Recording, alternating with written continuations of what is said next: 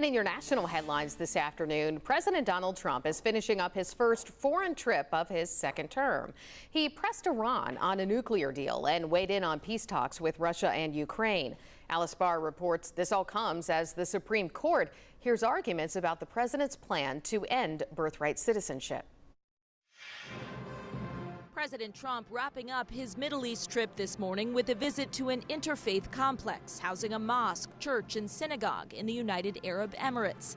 That after the UAE president announced plans to invest $1.4 trillion over 10 years in U.S. industry, including energy and AI. We will work very hard to deserve it.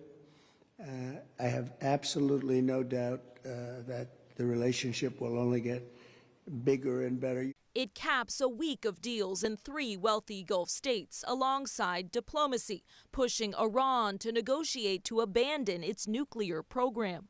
Iran has sort of agreed to the terms.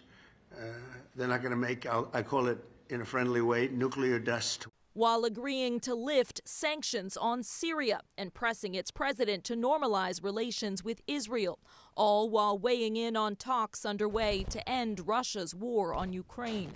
Nothing's going to happen until Putin and I get together. President Trump returns to the U.S. today as the Supreme Court begins considering his administration's case on birthright citizenship and the power of federal judges. In oral arguments Thursday, the court's conservative majority appeared open to the administration's argument that a single federal judge in one state should not have the authority to block an executive order nationwide, as has happened nearly 40 times this term, including on the president's effort to end automatic citizenship for children born in the U.S. whose parents are undocumented immigrants.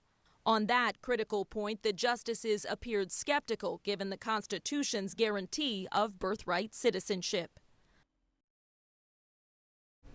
On his way back to the U.S., President Donald Trump said Iran leaders have a proposal to ramp up their nuclear program, and the president responded by saying there's a nice step or a violent step to get the country to give up its nuclear weapon ambitions.